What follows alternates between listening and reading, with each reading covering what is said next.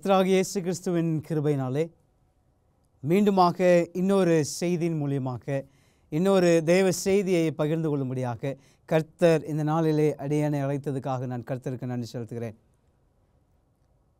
மீண்டுமாக இன்னொரு செய்தியின் வாயிலாக உங்களை சந்திக்கும்படியாக கர்த்தர் இன்றைக்கு உங்களையும் என்னையும் இணைத்திருக்கிறார். அதற்காக நான் கர்த்தருக்கு நன்றி செலுத்துகிறேன். கர்த்தராகிய இயேசு கிறிஸ்துவின் கிருபையினாலே கர்த்தராகிய இயேசு கிறிஸ்து நாமத்தினாலே உங்களை வாழ்த்துதல் கூறி வரவேற்பதிலே மிகுந்த மகிழ்ச்சி அடைகிறேன்.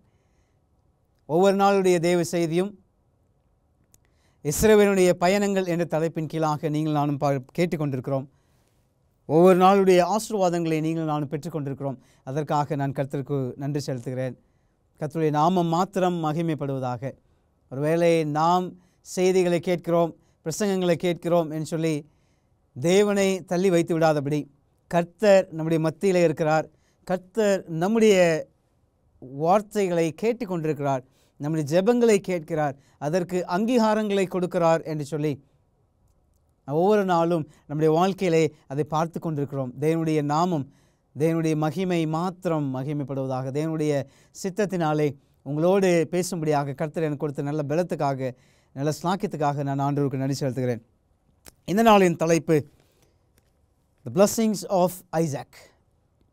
இதுவரைக்கும் ஆபிரகாமுடைய வாழ்க்கையிலே ஆண்டவர் எப்படிப்பட்ட காரியங்களை செய்தார், ஆபிரகாம் தேவனுக்கு எப்படி உண்மையுள்ளவராக காணப்பட்டார், தேவன் ஆபிரகாமுக்கு கொடுத்த வாக்குத்தத்தத்தை எப்படி நிறைவேற்றினார் என்று சொல்லி அநேக வசனங்கள் மூலியமாக நீங்கள் நாம் கேட்டுக்கொண்டு வந்தோம். இந்த நாளிலே ஈசாக்குடைய வாழ்க்கையிலே தேவன் எப்படிப்பட்ட அதிசயங்களை செய்கிறார், ஈசாக்கு தேவனுக்கு எப்படி பயப்படுகிற மனுஷனாக இருந்தார், அவருடைய வாழ்க்கையிலிருந்து நீங்களும் நானும் எப்படிப்பட்ட பாடங்களை கற்றுக்கொள்கிறோம் என்று சொல்லி நீங்கள் நானும் பார்க்க போகிறோம். நம்முடைய வாழ்க்கையிலே ஒவ்வொரு காரியங்களை படிக்கும் பொழுதும் பேசும் பொழுதும் அது நம்முடைய வாழ்க்கைக்கு, ஆவிக்குரிய வாழ்க்கைக்கு எப்படி பிரயோஜனமாக இருக்கிறது என்று சொல்லி நீங்கள் நானும் யோசிக்கிறவர்களாக இருக்க வேண்டும். தேவ செய்திக்கு போவதற்கு முன்பாக நாம் கண்களை மூடி தலைகள் தாழ்த்தி ஜெபம் செய்வோம். நேசிக்கிற ஆண்டவரே, ஈசாக்குடைய ஆசீர்வாதம் எப்படிப்பட்ட பெரியது. ஆபிரகாமை நீர் வழிநடத்தின தேவன், இதோ எங்களுக்கு முன்பாக நீர் போகிறீர்னு சொல்லி நாங்கள் வேதத்தில் வாசிக்கிறோம். நீர் எங்களுடைய கரங்களை பிடித்து வழிநடத்துகிற தேவனாக இருக்கிறதுக்காக நன்றி செலுத்துகிறோம். ஆண்டவரே, நாங்கள் ஜெபிக்கும் பொழுது எங்களுடைய ஒவ்வொரு வார்த்தையும் கர்த்தாவே நீர் கவனிக்கிறீர் சுவாமி. என்னுடைய ஒவ்வொரு விண்ணப்பங்களையும் கர்த்தாவே நீர் காது கொடுத்து கேட்கிற தேவனாக இருக்கிறீர். அதுக்காக நன்றி செலுத்துகிறேன். இதோ ஆண்டவரே, நாங்கள் உங்களுடைய வசனங்களை நாங்கள் படிக்கப் போகிறோம். வெறுமையான பாண்டமாய் வந்திருக்கிறோம். உங்களுடைய ஆவினாலே எங்களை நிரப்பும்படியா இயேசு மூலம் நல்ல பிதாவே, ஆமென். தேவனுடைய சத்தியங்களை நாம் கேட்கும் பொழுது நம்முடைய காதுகளை விசாலமாய் திறக்க வேண்டும் என்று சொல்லி வேதாமத்திலே வாசிக்கிறோம். காதுள்ளவன் கேட்க கடவன், பாக்கியமுள்ளவர்களாக இருக்கும்படியாக கர்த்தர் நம்மை அழைத்திருக்கிறார். அதற்காக நான் ஆண்டவருக்கு நன்றி செலுத்துகிறேன். இந்த நாளில் தேவனுடைய செய்திக்கு போவதற்கு முன்பாக ஒரு சின்ன கதையை சொல்ல வேண்டும் சொல்லி நான் ஆசைப்படுகிறேன். எனக்கு கதை சொல்கிறது ரொம்ப பிடிக்கும். ஆபிரகாமுடைய வாழ்க்கையில் என்ன நடந்தது என்று சொல்லி தெரியும். ஈசாக்குடைய வாழ்க்கையில் ஈசாக்கு எப்படிப்பட்ட வாழ்க்கையை வாழ்ந்தார், தேவனுடைய வாழ்க்கையில் எப்படிப்பட்ட ஒரு மாற்றத்தை கொண்டு வந்தார், ஆபிரகாமோடு இருந்த தேவன் ஈசாக்கோடு இருந்தாரா அப்படின்னு சொல்லிட்டு நாம் சில வசனங்களோடு நாம் பார்க்க போகிறோம். ஒரு அம்மா ரொம்ப ஏழம்மா. அந்த அம்மா என்ன பண்ணுவாங்கன்னு சொன்னால், யார் வீட்டுக்கு போனாலும் கர்த்தர் உன்னை ஆசீர்வதிப்பார் அப்படின்னு சொல்லுவாங்களாம்.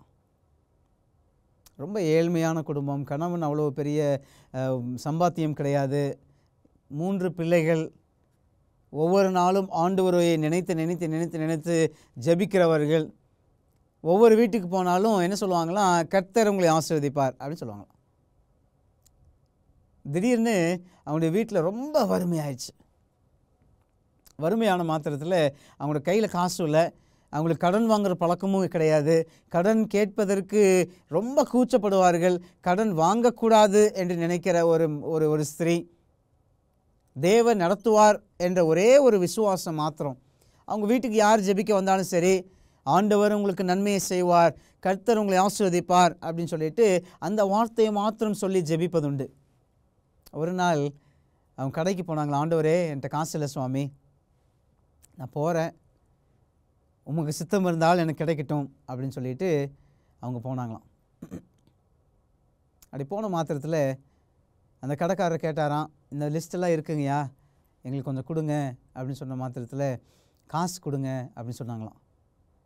காசு இல்லை, நான் வேணால் ஒரே ஒரு வார்த்தை மாத்திரம் எழுதி சீட்டு தரேன் அப்படின்னு சொன்னாங்களாம். சரி கொடுங்க அப்படின்னு சொன்ன மாட்டில் கர்த்தர் உங்களை ஆசீர்வதிப்பார் அப்படின்னு சொல்லிட்டு அந்த பேப்பரில் எழுதி அங்கே முன்னாடி வச்சாங்களாம். அவர் சொன்னாராம், இந்த பேப்பர்லாம் வராதுமா, ஒன்றும் இந்த பேப்பர் கொடுத்தாலாம் எதுவும் தரமாட்டாங்க, நீங்கள் மளிகை கடை வந்திருக்கிறீங்க, காசு இல்லாமல் எதுவும் கொடுக்க மாட்டாங்க, நான் உங்களுக்கு எதுவும் கொடுக்க போகிறதில்ல அப்படின்னு சொல்லிட்டு அந்த பேப்பரை கிழித்து தூக்கி வீசி விட்டு அவர்களை அனுப்பி விட்டாராம். வருத்தத்தோடு வீட்டுக்கு வந்தாங்களாம். என்ன சொல்லி ஜெபிப்பாங்க? கர்த்தர் உன்னை ஆசீர்வதிப்பார். ஒவ்வொரு நாளும் ஜெபிக்கும் பொழுது இது நாட்கள் கடந்து சென்று கொண்டு இருந்தது. ஆண்டவர் எப்படியாவது போஷித்து கொண்டு வந்திருந்தால், திடீரென்று அந்த மளிகைக்காரர் காலையில் அதிகாலையில் அந்த வீட்டுக்கு வந்து வேகமாக தட்டுனாராம். அப்படி வேகமாக டக டக கடகடன்னு தட்ட ஆரம்பித்தாராம். யார் இந்த நேரத்தில் தட்டுறது அப்படின்னு சொல்லிட்டு பார்த்தா அந்த மளிகைக்காரர் உள்ளே வந்து உட்காந்து ஓன்னு அழுகிறாராம். என்னம்மா, என்னங்க ஆச்சு, என்னாச்சு, ஏன் அழுகிறீங்க இப்படி? ரொம்ப ரொம்ப மன இதோடு அவர் அழுக ஆரம்பிக்கிறாராம். மன துக்கத்தோடு சஞ்சலத்தோடு, ஆனால் ஒரு பெரிய சந்தோஷத்தோடு அந்த அம்மா முகத்தை பார்க்கிறார். அவங்களுக்கு ஒரே ஆச்சரியமாக இருந்தது. என்னாச்சு, ஏன், என்ன விஷயம் சொல்லுங்கள் அப்படின்னு சொன்னோன்னே, நீங்கள் அன்றைக்கி வந்து எங்களுடைய கடையில் வந்து கேட்டீங்க, நான் உங்களை அவமானப்படுத்தி அனுப்பிச்சிட்டேன். நீங்கள் ஒரே ஒரு வார்த்தை சொன்னீங்க, கர்த்தர் உன்னை ஆசீர்வதிப்பார்னு சொன்னீங்க. எங்கள் கடையில் ஒரு பெரிய பிரச்சனை ஓடிட்டு இருந்துச்சு, என் கடையில் ஒரு பெரிய கேஸ் போயிட்டு இருந்தது. நீங்கள் சொல்லி முடித்த 2வது நாள் அந்த கேஸினுடைய தீர்ப்பு வந்தது. அந்த கேஸ் எனக்கு சாதகமாக வந்துச்சு. நீங்கள் சொன்ன ஒரே ஒரு வார்த்தை, கர்த்தர் உன்னை ஆசீர்வதிப்பார்னு சொன்னீங்க. அந்த ஆசீர்வாதம் என்னுடைய வாழ்க்கையில் நிறைவேறிற்று அப்படின்னு சொல்லிட்டு ரொம்ப சந்தோஷப்பட்டாராம். ரொம்ப அந்த அம்மாவை நினச்சி ரொம்ப பெருமைப்பட்டாராம். கர்த்தர் இந்த அம்மாவோட ஜெபத்தை கேட்கிறார் அப்படின்னு சொல்லிட்டு அந்த அம்மா செய்கிற ஒரே ஒரு ஜெபம் சிறிய ஜெபம் தான், பெரிய வார்த்தை பெரிய வசனங்கள் எல்லாம் சொல்லி ஜெபிப்பதில்லை. ஆண்டவரை ஆசீர்வதிப்பார் அது மாத்திரம் சொல்லி ஜெபிக்கிற ஒரு அம்மா. அது முதல் அந்த ஐயா சொன்னாராம், இனிமேல் உங்கள் வீட்டுக்கு என்னென்ன தேவையோ அது நீங்கள் கேட்கணும்னு அவசியம் இல்லை, மாதம் மாதம் கரெக்டாக உங்களுக்கு வரும் அப்படின்னு சொன்னார். நாம் சொல்லுகிற ஒரு வார்த்தை தேவன் நம்முடைய வாழ்க்கையில் பெரிய மாற்றத்தை கொண்டு வருகிறவராக இருக்கிறார். ஆமென். அந்த அம்மா சொன்ன மாதிரியே அந்த அம்மாவுக்கு ஆசீர்வாதங்கள், மற்றவர்களுக்கு சொல்லுகிற ஆசீர்வாதம் அந்த அம்மாவுக்கு வந்து முடிந்ததுன்னு சொல்லி நாம் பார்க்கிறோம். இந்த நாளில் உங்களுடைய வேதாகமத்தை ஆதியாகமம் 26வது அதிகாரத்திற்கு நாம் திருப்பிக் கொள்வோம். ஆதியாகமம் 26ஆம் அதிகாரம் 1 முதல் 5 வரை உள்ள வசனங்களை நான் வாசிக்கும் பொழுது நான் வாசிக்கிறேன். ஆபிரகாமின் நாட்களில் உண்டான பஞ்சத்தை அல்லாமல் பின்னும் ஒரு பஞ்சம் தேசத்தில் உண்டாயிற்று. அப்பொழுது ஈசாக்கு பெலிஸ்தருக்கு ராஜாவாகிய அபிமெலேக்கினிடத்தில் கேராருக்கு போனான். கர்த்தர் அவனுக்கு தரிசனமாகி, நீ எகிப்துக்கு போகாமல் நான் உனக்கு சொல்லும் தேசத்தில் குடியிரு, இந்த தேசத்திலே வாசம் பண்ணு, நான் உன்னோடு கூட இருந்து உன்னை ஆசீர்வதிப்பேன், நான் உனக்கும் உன் சந்ததிக்கும் இந்த தேசங்கள் யாவையும் தந்து உன் தகப்பனாகிய ஆபிரகாமுக்கு முன்பாக நான் இட்ட ஆணையை நிறைவேற்றுவேன் என்று கர்த்தர் சொல்லுகிறார். ஈசாக்குக்கு ஒரு பெரிய பஞ்சம் வந்துச்சு, ஒரு கஷ்டம் வந்துச்சு. இந்த கஷ்டத்தை எப்படியாவது போக்கணும்னு சொல்லிட்டு நார்மலாக கஷ்டம் வந்தால் என்ன பண்ணுவோம், வி ஸ்விட்ச் பிளேசஸ். ஒரு இடத்துல நான் வேலை செய்கிறோம், அந்த இடத்துல சம்பளம் கம்மியாக இருக்குது அப்படின்னு சொன்னால் இன்னொரு இடத்திற்கு நல்ல ஒரு சம்பளம் கொடுக்கும்படியாக வருமானம் வருகிற இடத்திற்கு நாம் தாவி விடுவோம். அதே தான் ஈசாக்கும் பண்ணுறாரு. ஈசாக்கு அந்த இடத்துல பஞ்சம் வந்துருச்சு. ஆபிரகாமுடைய நாட்களில் ஒரு பஞ்சம் வந்துச்சு. அதே போல் பஞ்சம் ஈசாக்குடைய காலத்திலும் ஒரு பஞ்சம் வருகிறது. நான் போக வேண்டும் என்று சொல்லி எகிப்துக்கு புறப்படுகிறார். ஆனால் ஆண்டவருடைய வார்த்தை ஈசாக்குக்கு தரிசனமாகி, ஆண்டவர் நீ எகிப்துக்கு போகாமல் நீ இங்கே இரு, நான் உனக்கு காண்பிக்கிற தேசத்தில் நீ குடியிரு, நான் உன்னை ஆசீர்வதிப்பேன் என்று சொல்லுகிறார். நம்முடைய வாழ்க்கையிலே ஆசீர்வாதம் வர வேண்டும் என்று சொன்னால், நம்முடைய வாழ்க்கையிலே தேவன் நம்மை ஆசீர்வதிக்க வேண்டும் என்று சொன்னால், first thing you need to do, listen to God and stay back. கர்த்தர் ஆசீர்வாதத்தை கொண்டு வர வேண்டும் என்று சொன்னால் தேவனுடைய வார்த்தைக்கு கீழ்ப்படுகிறவர்களாக நீங்கள் நான் காணப்பட வேண்டும். தேவனுக்கு கீழ்ப்படிதலே முதலாவது காரியமாக நமக்கு இருக்க வேண்டும். மற்ற காரியங்கள் எல்லாம் ஒதுக்கி வைத்து விட வேண்டும். ஆண்டவருக்கு கீழ்ப்படுகிறது மாத்திரம்தான் நம்முடைய குறிக்கோள். தேவன் என்ன சொல்லுகிறாரோ அதற்கு நீங்கள் நானும் செவி கொடுக்கிறவர்களாக இருக்க வேண்டும். ஈசாக்கு இங்கே என்ன பண்ணுகிறான்னு சொன்னால், எகிப்துக்கு போகாதபடி அங்கேயே இருந்து விடுகிறார். அங்கேயே ஆண்டவர் ஆசீர்வதிப்பார் என்று சொல்லி விசுவாசத்தோடு அவருடைய தகப்பனாரை போற அவருடைய வாழ்க்கையிலும் விசுவாசம் என்ற ஒன்று முக்கியமானதாக காணப்படுகிறது. தேவன் அவரை ஆசீர்வதிக்க ஆரம்பிக்கிறார். வேதாகமத்திலே நீங்கள் நானும் வாசிக்கும் பொழுது, என் வழிகள் உன் வழிகள் அல்ல, எங்கள் யோசனை தேவனுடைய யோசனை காட்டிலும் மேலானதாக இருக்கிறதா என்று சொன்னால் இல்லை. தேவனுடைய யோசனை நம்முடைய யோசனைகளுக்கெல்லாம் மேலானது. நான் கேட்கிறவைகளை ஆண்டவர் கொடுக்க வல்லவராக இருக்கிறார். ஆனால் நான் யோசிக்கிறதுக்கு முன்னதாகவே ஆண்டவர் பெரிய காரியங்களை வைத்திருக்கிறவராக இருக்கிறார். ஒருவேளை எனக்கு நன்மையாக தோன்றுகிற ஒரு காரியம் ஆண்டவருக்கு முன்பாக அது கெட்டதாக தோன்றும். ஆனால் ஆண்டவர் நம்முடைய திட்டத்தை காட்டிலும் மேலான ஒரு திட்டத்தை ஆண்டவர் வைத்திருக்கிறார் என்று சொல்லி ஈசாக்குடைய வாழ்க்கையின் மூலியமாக நாம் கற்றுக்கொள்கிறோம். எரேமியா 33வது அதிகாரம் 3வது வசனத்தை நீங்களால் வாசிச்சோன்னு சொன்னால், எரேமியா 33:3 வாசிப்பேன். அது ரொம்ப ரொம்ப ரொம்ப அழகான வசனம். எரேமியா எழுதின தீர்க்கதரிசன புஸ்தகம் 33:3 வசனத்தில் நீங்கள் நானும் இப்படியாக வாசிக்கிறோம். நீ எரேமியா 33:3 என்னை நோக்கி கூப்பிடு, அப்பொழுது நான் உனக்கு உத்தரவு கொடுத்து நீ அறியாததும் உனக்கு எட்டாததுமான பெரிய காரியங்களை உனக்கு அறிவிப்பேன். ஈசாக்குக்கு சொல்லுகிற ஒரு வாக்குத்தத்தம், பி ஹியர், ஸ்டே ஹியர், இங்கேயே இரு, என் வார்த்தைக்கு செவி கொடு, நான் உனக்கு பெரிய காரியங்களை செய்வேன் என்று சொல்லி ஆண்டவர் சொல்லுகிறார்.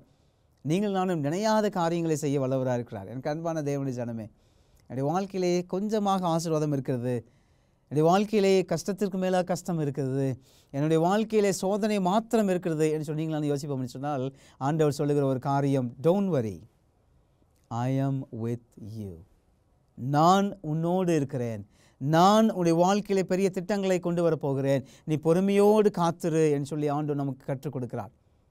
பலத்த காரியங்களை பார்க்கும்படியாக ஆண்டவருடைய கைக்குள்ளாக அடங்கி இருக்க வேண்டும் என்று சொல்லி நாம் வேதத்தில் வாசிக்கிறோம். சரி, இங்கே அடங்கி இருக்கிறாரு. ஆனால் இங்கே ஒரு பெரிய தப்பும் பண்ணுறாரு. என்ன தப்பு பண்ணுறாரு? ஆதியாகமம் 26ஆம் அதிகாரம் 7ஆம் வசனத்தை நீங்களாலும் வாசின்னு சொன்னால், அவ்விடத்து மனிதர்கள் அவன் மனைவியை குறித்து விசாரித்த போது இவள் என் சகோதரி என்றான். ரெபேக்காள் பார்வைக்கு அழகுள்ளவளானபடியால் அவ்விடத்து மனிதர்கள் அவள் நிமித்தம் தன்னை கொல்லுவார்கள் என்று எண்ணி அவளை தன் மனைவி என்று சொல்ல பயந்தான். அப்பா மாதிரியே பையன் தப்பாமல் பிறந்திருக்கான்னு சொல்லுவோம்ல, அப்பா செய்த தப்பை அப்படியே செய்கிறார். ஆபிரகாம் தன்னுடைய மனைவியை சகோதரி என்று சொன்னது போலவே ஈசாக்கும் தன்னை மனைவியை சகோதரி என்று சொல்லுகிறார். ஆண்டவர் சொல்லுகிற ஒரு வார்த்தை, நீ பயப்படாதே என்று சொல்லுகிறார். ஆனால் ஒவ்வொருடைய வாழ்க்கையிலும் பயம் என்று சொல்லி பெரிய காரியமாய் காணப்படுகிறது. என்னுடைய வாழ்க்கையிலே பயந்த ஒருத்தர் பார்த்தீங்கன்னா, இருட்டில் லைட் ஆஃப் பண்ண நடக்கிறது கூட பயப்படுவாங்க, நைட்டு 12 மணிக்கு வெளியே போகிறதுக்கு பயப்படுவாங்க, அந்த சுடுகாடு வழியாக நடந்து போகுவதற்கு பின்னாடி திரும்பி திரும்பி பார்த்து நடக்கிற பிள்ளைகளாக நடந்து போவார்கள். இப்படிப்பட்ட பயந்த சுபாவத்தோடு இருக்கிறவர்களை நாம் பார்ப்போம். திடீர்னு டக்குன்னு பார்த்தா நடந்து போயிட்டுருப்போம், அப்படி சரக்குன்னு சவுந்து கூட டக்குன்னு நின்றுருவோம். திகில் நம்மை உண்டு பண்ணும். ஆனால் ஆண்டவர் சொல்லுகிற ஒரு காரியம், ஃபியர் நாட், பயப்படாதே, நான் உன்னோடு கூட இருக்கிறேன், திகையாதே, கலங்காதே, நான் உன் தேவன் என்று சொல்லுகிறார். இங்கே ஈசாக்கு பயப்படுகிறார். பயந்த பிறகு சகோதரி என்று தன்னுடைய மனைவியை சொல்லி அதெல்லாம் கடந்து வருகிறது. கடந்து வந்த பின்பாக அவர்கள் என்ன செய்கிறார்கள் என்று சொன்னால், 12வது அதிகாரம் 12வது வசனம் 13ஆம் வசனம், ஈசாக்கு அந்த தேசத்தில் விதை விதைத்தான், கர்த்தர் அவனை ஆசீர்வதித்ததினாலே அந்த வருஷத்தில் 100 மடங்கு பலனடைந்தான்.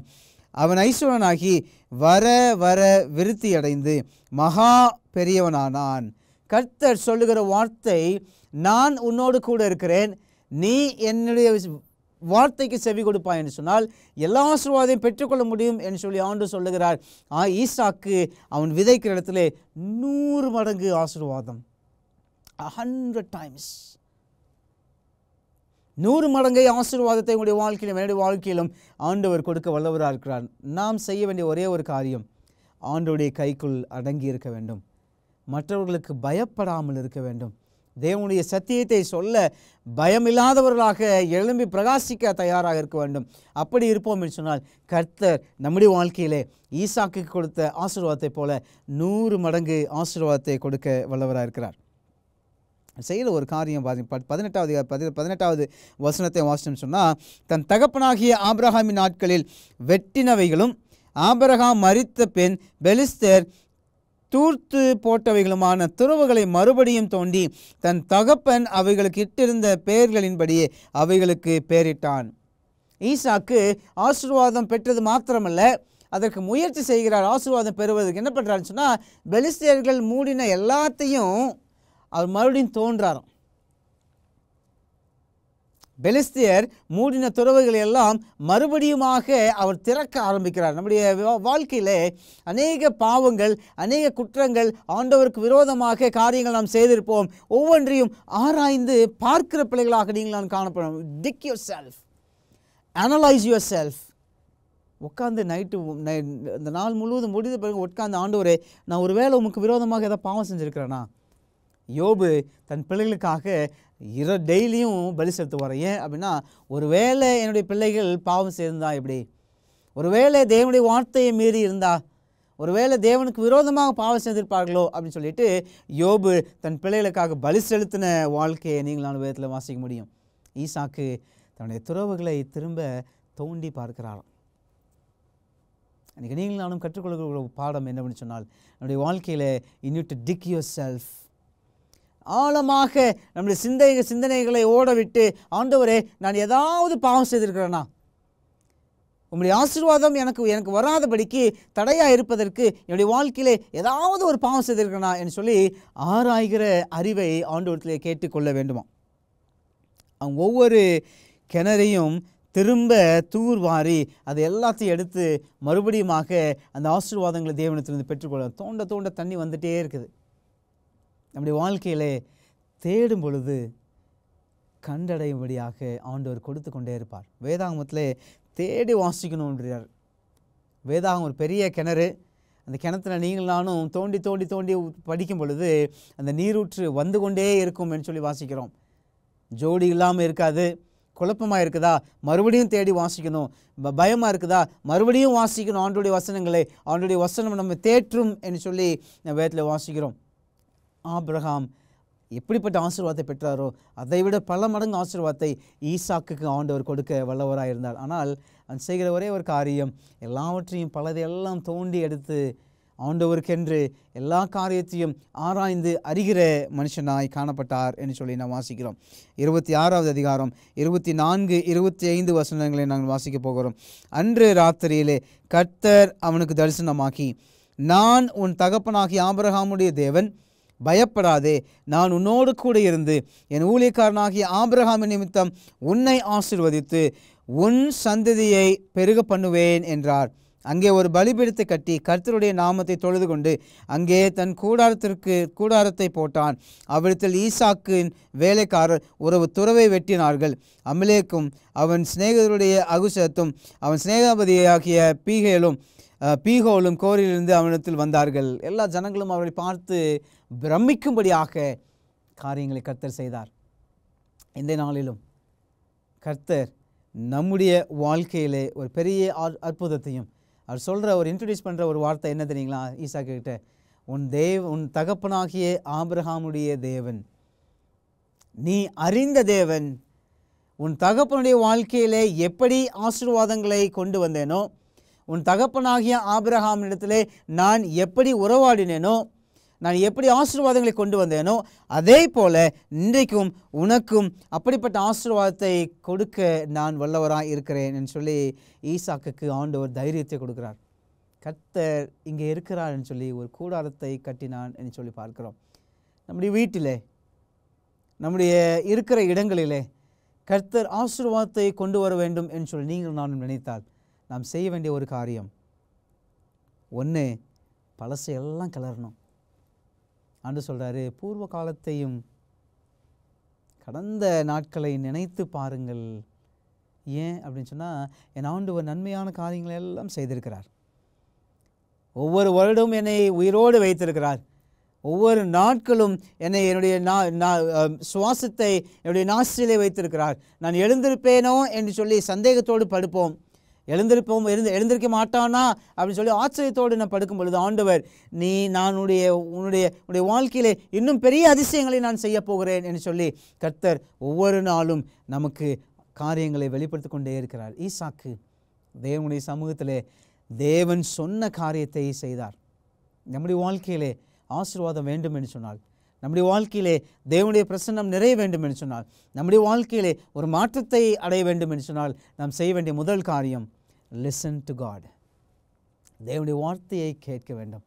தேவன் என்ன சொல்லுகிறாரோ அதை அப்படியே செய்ய வேண்டும். நம்முடைய ஞானத்தை கொண்டு கேள்விகளை கேட்கும் பொழுது தேவனுடைய சித்தம் சில நேரங்களிலே, அநேக நேரங்களிலே நம்முடைய வாழ்க்கையிலே வராதபடி தவறி போகிறதை நீங்கள் நானும் பார்க்க முடியும். Do what God says. கர்த்தர் சொல்லுகிறதை நீங்கள் நான் கேட்கிறவர்களாக இருக்க வேண்டும். ஈசாக்கு முதலாவது தேவனுடைய வார்த்தைக்கு கீழ்ப்படிந்தான். அவன் செய்கிற எல்லாம் ஆண்டவர் 100 மடங்கு ஆசீர்வதித்தார். ரெண்டாவது, அவன் பழைய துறவுகளை எல்லாம் திரும்பவும் திறக்க ஆரம்பிக்கிறார். ஒவ்வொரு துறவையும் திறக்கும் பொழுது அப்பேற்பட்ட தண்ணீர்களை ஆண்டவர், நிறைய தண்ணீர்களை ஆண்டவர் கொடுத்தாருன்னு சொல்லி அவருடைய கிணறு நிரம்பும்படியாக ஆசீர்வதித்தார்னு சொல்லி நாம் வேதத்தில் வாசிக்கிறோம். நம்முடைய வீடு நிரம்ப வேண்டும் என்று சொன்னால், நம்முடைய கஜானா நிரம்ப வேண்டும் என்று சொன்னால், நம்முடைய ஆலயம் நிரம்பி வர வேண்டும் என்று சொன்னால், நம்முடைய குடும்பங்களில் ஆசீர்வாதம் இருக்க வேண்டும் என்று சொன்னால், நீங்களும் செய்ய வேண்டிய காரியம், ஈசாக்கு தேவனுக்கு கீழ்ப்படிந்தான். அவனுடைய தவறுகளை எல்லாம் சிந்தித்து பார்த்தான். அவனுடைய தவறுகளை எல்லாம் ஆராய்ந்து பார்த்து ஒவ்வொரு நாளும் ஆண்டவரிடத்தில் சேர்ந்தான். கர்த்தர் அவனை ஆசீர்வதித்தார். அதே போல நம்முடைய வாழ்க்கையிலும் நிறைவேற வேண்டும் என்று சொன்னால், கர்த்தர் நம்முடைய நாமத்தை ஆண்டவருக்கு முன்பாக நிறுத்தி, ஆண்டவரே, என்னுடைய பேர் இது சுவாமி, என் பேர் பாவிதான் ஆண்டவரே, ஆனால் நீங்கள் என்னுடைய பாவத்தை போக்குங்க ஆண்டவரே, என் பேரை மாற்றுங்க சுவாமி, என்னுடைய எல்லையை பெரிதாக்கும் என்று சொல்லி நீங்கள் நானும் கர்த்தருடைய சமூகத்தில் நாம் கேட்போம். கர்த்தர் நம்மை ஆசீர்வதிப்பாராக. நம் ஜெபம் செய்வோம். நேசிக்கிற ஆண்டவரே, ஈசாக்கை 100 மடங்கு ஆசீர்வதித்த தேவன், ஈசாக்கினுடைய காரியங்களை கர்த்தாவை ஆராய்ந்து அறிந்த தேவன், நீ எகிப்திற்கு போகாமல் நீ இங்கே இரு என்று சொல்லி கர்த்தாவே ஈசாக்கு கட்டளையிட்ட தேவன், நான் உன்னை ஆசீர்வதிப்பேன், நீ போகிற இடங்களெல்லாம் உன்னை ஆசீர்வதிப்பேன் சொல்லி கர்த்தாவே, இந்த தேசத்தை உன்னுடைய கையில் கொடுக்க போகிறேன்னு சொல்லி கர்த்தாவே ஈசாக்கு கொடுத்த அதே வாக்குத்தத்தத்தை கர்த்தர் இந்த நாளில் எங்களுக்கும் கொடுக்கும்படியாக நாங்கள் ஜெபிக்கிறோம். ஈசாக்கை 100 மடங்கு ஆசீர்வதித்தேன்னு சொல்லி நான் வேதத்தில் வாசித்தோம். எங்களுடைய வாழ்க்கையிலும் கர்த்தாவே நீ 100 மடங்கு ஆசீர்வாதத்தை கொண்டு வரும். என்னுடைய பாவங்கள், குற்றங்கள், குறைகள், மீறுதல்கள், தப்பிதங்கள் எல்லாவற்றையும் கர்த்தாவே நாங்கள் தோண்டி எடுத்து சுவாமி வெளியே போட ஆண்டவரே நீ கிருபை செய்யும்படியாக நாங்கள் ஜெபிக்கிறோம். நீரூற்றை கர்த்தாவே நாங்கள் பார்க்க கர்த்தர் கிருபை செய்யும். கண்மலாகிய இயேசு கிறிஸ்துவை கர்த்தாவே, நீரூற்றாகிய இயேசு கிறிஸ்துவை என்னுடைய வாழ்க்கையிலே கொண்டு வர கர்த்தர் எங்களுக்கு கிருபை செய்ய முடியாது ஜெபிக்கிறோம். ஈசாக்குடைய வாழ்க்கையிலே தேவரே ஆபிரகாமின் தேவன் என்று சொல்லி கர்த்தாவே அறிமுகம் செய்தது போல இந்த நாளிலும் ஆண்டவரே அதே ஈசாக்குடைய தெய்வத்தை நாங்கள் வழிபட்டு கொண்டிருக்கிறோம். அதே ஆபிரகாமின் தேவனை தேடி கொண்டிருக்கிறோம். அதே யாக்கோபினுடைய தேவனை கர்த்தாவினுடைய வாயிலே உச்சரித்து கொண்டிருக்கிறோம். எங்களுக்கு தேவையான காரியங்களை கர்த்தர் செய்ய முடியாது ஜெபிக்கிறோம். வியாதியிலே, கஷ்டத்திலே, துன்பத்திலே, துயரத்திலே இருக்கிற பிள்ளைகளை கர்த்தாவினை கண்ணோக்கி பாரும். அவர்களுக்கு தேவையான ஆசீர்வாதங்களை கர்த்தர் தந்தரலும். ஒவ்வொரு நாளும் தேவனுடைய வாயின் வார்த்தைகளை கர்த்தர் கேட்க கர்த்தர் கிருபை செய்யும் ஜெபிக்கிறோம். அவர்களுடைய வாழ்க்கையில் அதை அப்பியாசிக்க கர்த்தர் கிருபை செய்யும், ஆசீர்வாதத்தையும் பலப்படுத்தும். எல்லாவற்றையும் சமூகத்தில் ஒப்புக்கிறோம். இயேசு மூலம் நல்ல பிதாவே, ஆமேன், ஆமேன். எனக்கு அன்பான தேவனுடைய ஜனமே, இந்த நாளுடைய செய்தி உங்களுக்கு ஆசீர்வாதமாக இருந்திருக்கும் என்று சொல்லி நான் கர்த்தருக்குள் விசுவாசிக்கிறேன். நாம் வணங்குகிற தேவன், நாம் வழிபடுகிற தேவன், நாம் துதிக்கிற தேவன் ஈசாக்கின் தேவன், ஆபிரகாமின் தேவன். ஆபிரகாம் கொடுத்த ஆசீர்வாதம், ஈசாக்கு கொடுத்த ஆசீர்வாதத்தை இன்றைக்கி உங்களுடைய வாழ்க்கையிலும் என்னுடைய வாழ்க்கையும் பார்க்க கர்த்தர் கிருபை செய்வார் என்று கர்த்தருக்குள் நான் விசுவாசிக்கிறேன். அப்படிப்பட்ட ஆசீர்வாதத்தை நீங்கள் நான் பெற்றுக்கொள்ள ஆண்டவருடைய சமூகத்திலே அமர்ந்து, ஆண்டவருடைய சமூகத்தில் நாம் ஒப்பு கொடுத்து, ஆண்டவருடைய சமூகத்தில் ஆண்டவரே நான் ஒன்றுமில்லை என்று சொல்லி ஒத்துக்கொண்டு தேவனுடைய ஆசீர்வாதத்தை பெற்றுக்கொள்ள கர்த்தர் கிருபை செய்யும்படியாக நீங்கள் நான் ஜெபத்திலே காத்திருப்போம். இன்னும் அநேக செய்திகளை கேட்கும்படியாக நம்முடைய உள்ளத்தை திறந்து வைத்திருப்போம். கர்த்தர் நம்மை ஆசீர்வதிப்பாராக. ஆமேன், ஆமேன்.